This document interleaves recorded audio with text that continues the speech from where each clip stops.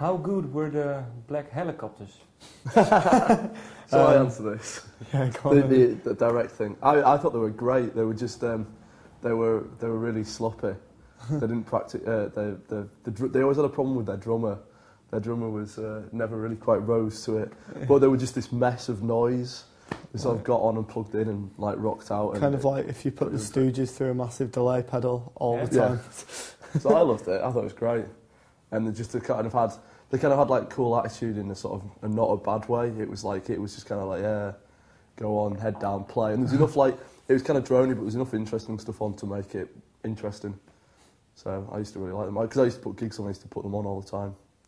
And yeah, because you were doing it for the Vine? Yeah, I used to run a venue called the Vine in the centre of Leeds, which was a bit of a horrific hole.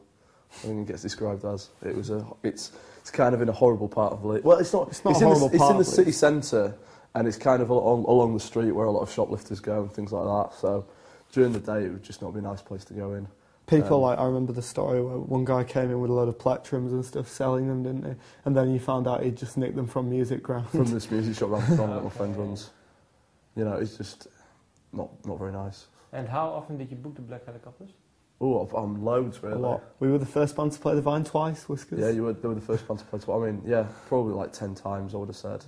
Because I did a club night, I did other things, I did like a couple of all days. So they probably played the Vine like 6-7 times, and then I put them on a couple of other times at other things. So you did the George. I don't think you did anything else, and then you did the Weekender. Yeah. And Glastonbury. We did, yeah. No, we didn't. Yeah, we did do Glastonbury, I think. No, we didn't. We did. Yeah, we did. But we did the Weekender and an all day did as well, I think.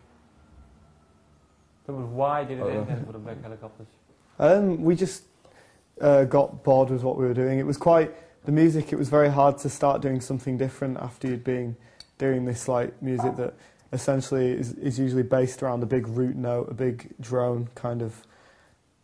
It was very hard to change into doing something that was maybe a bit sparser and not quite so just noise.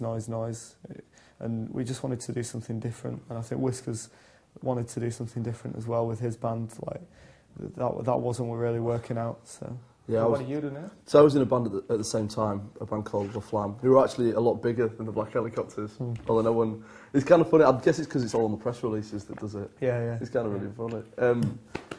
Yeah, I was in a band. It was sort of a garage rock band, and it was kind of playing dumb punk songs, which was a load of fun. So it was bigger than the Black Helikopters? Yeah, quite. Yeah. I mean, in Leeds. In Leeds, we were. It was.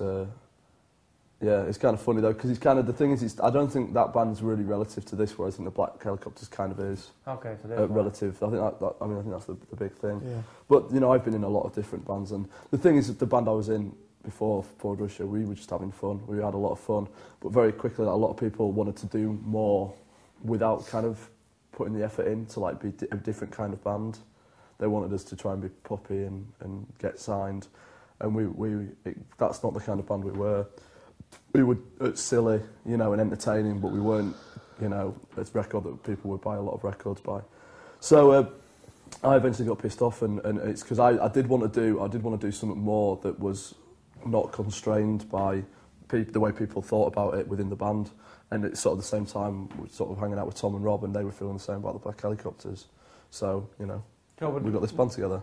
But when we actually got together, it was kind of, everyone called it a side project, because the other two bands were still going on. My band was still happening, and Black Helikopters was still happening. We were doing this in our spare time.